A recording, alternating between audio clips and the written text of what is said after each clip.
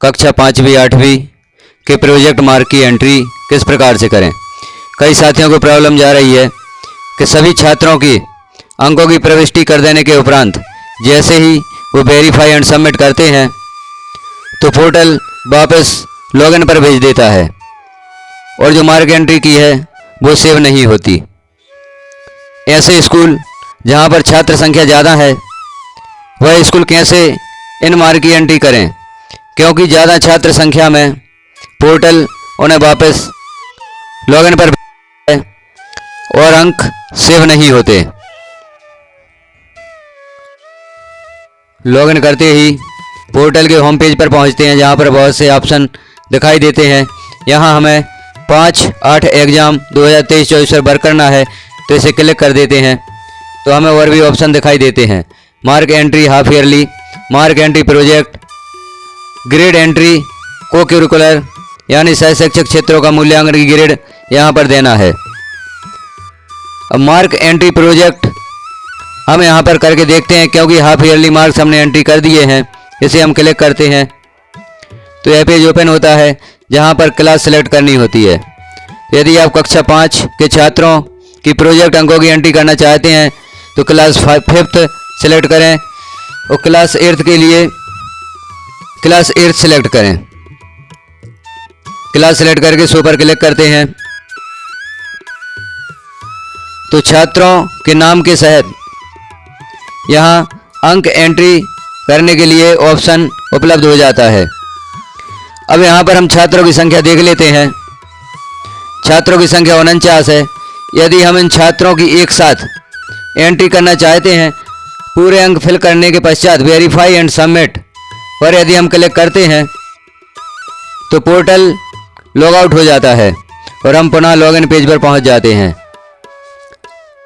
तो कैसे हम सभी छात्रों के अंकों की एंट्री करें, क्योंकि सभी छात्रों की एक साथ एंट्री करना आवश्यक है और इनमें हम यदि देखते हैं यहाँ पर अंक भरे जा चुके हैं और यदि हम कहीं अंकों में सुधार करना चाहते हैं तो हम सुधार कर सकते हैं।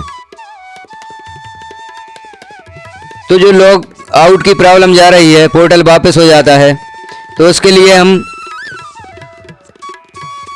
पार्शियली सेव करते हुए यानी खंडों में अंकों की एंट्री करते हुए जैसे हम शुरुआत में 20 छात्रों की एंट्री कर दें। 20 छात्रों की एंट्री करने के पश्चात वेरीफाई एंड सबमिट कर दें। जैसे ही वेरीफाई सबमिट पर क्लिक करते हैं तो सत्यापन की घोषणा आती है। मैं घोषणा करती हूँ मेरे द्वारा विद्यार्थियों के दर्ज किए गए अंकों का मूल्यांकनकर्ता द्वारा दी गई सूची से कर लिया है और इसमें कोई त्रुटि नहीं है। एस वेरीफाइड पर क्लिक कर देते हैं, जानकारी अपडेट हो जाती है। तो इसी प्रकार से हम सभी छात्रों की एंट्री कर सकते हैं। शुरुआत में जैसे हमने 20 छात्रों की एंट्री कर दी और जानकारी को वेरीफाई एंड सबमिट कर दिया। उसके पश्चात जैसे हमने जिन 20 विद्यार्थियों की एंट्री की है वो सेव हो जाती है। बाकी विद्यार्थियों के कॉलम में 0-0 आता है। तो अगले विद्यार्थियों की एंट्री हम फिर से कर सकते हैं। जिन विद्यार्थियों की एंट्री हो चुकी है उनकी पुनः एंट्री नहीं करना है। जितने छात्र हमारे शेष रह गए हैं उन छात्रों की हम दूसरी बार में एंट्री करके फिर वेरीफाई एंड सबमिट कर देते हैं और जानकारी को सेव कर देते हैं। अब यदि और भी छात्र शेष रह जाते हैं तो उन छात्रों की एंट्री हम तीसरी बार में कर सकते हैं, क्योंकि जिन छात्रों के सामने 0 होगा उनकी जानकारी में हम पुनः सुधार कर सकते हैं। इस प्रकार से ज़्यादा दर संख्या वाले स्कूल छात्रों की संख्या खंडों में सेव करते हुए मार्क्स की एंट्री कर सकते हैं और अपने स्कूल का प्रोजेक्ट वर्क के अंकों की एंट्री का कार्य पूर्ण कर सकते हैं। क्योंकि सभी छात्रों की एक साथ जानकारी सेव नहीं हो पा रही है, बार बार पोर्टल लॉग आउट कर दे रहा है, तो इसका यही उपाय है कि हम छात्रों की जानकारी विभिन्न भागों में सेव करते हुए सभी छात्रों की जानकारी को वेरीफाई और सबमिट करें, तभी हम इस कार्य को पूर्ण कर सकते हैं। इसी प्रकार से यदि ग्रेड एंट्री में भी आपको प्रॉब्लम जाती है तो उसका भी यही उपाय है। इसमें ऑप्शन दिया भी है। जैसे यहाँ पर कुछ छात्रों की एंट्री कर दी गई है, कुछ छात्र अभी शेष हैं।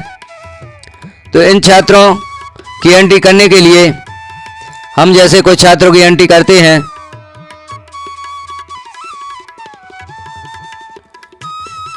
छात्रों को ग्रेड प्रदान करते हुए जो भी आपने साले रिकॉर्ड में छात्रों को ग्रेड प्रदान की है वही ग्रेड यहाँ पर सबमिट कर देते हैं। जैसे 3 छात्रों की ग्रेड सबमिट की गई है। इसके पश्चात क्योंकि यहाँ पर दर संख्या ज़्यादा है, थोड़ा टाइम लग सकता है और पोर्टल पर ज़्यादा देर तक हम लॉग इन रहते हैं तो पोर्टल हमें लॉग आउट कर देता है और छात्रों की जानकारी सेव नहीं हो पाती। तो यहाँ पर ऑप्शन दिया है पार्शली सेव। यहाँ पर हम इतने छात्रों की एंट्री सेव कर सकते हैं। पार्शली सेव करते हुए खंडों में सेव कर देते हैं जानकारी और उसके बाद हम अन्य छात्रों की एंट्री आगे कर सकते हैं। जैसे यहाँ पर हमने 3 छात्रों की जानकारी सेव की थी, 3 छात्रों की जानकारी सेव है। उसके बाद चौथे छात्र की जानकारी, चौथे छात्र के ग्रेड हम पुनः फिल कर सकते हैं। इस प्रकार से पार्शली सेव करते हुए सभी छात्रों की जानकारी को सबमिट किया जा सकता है।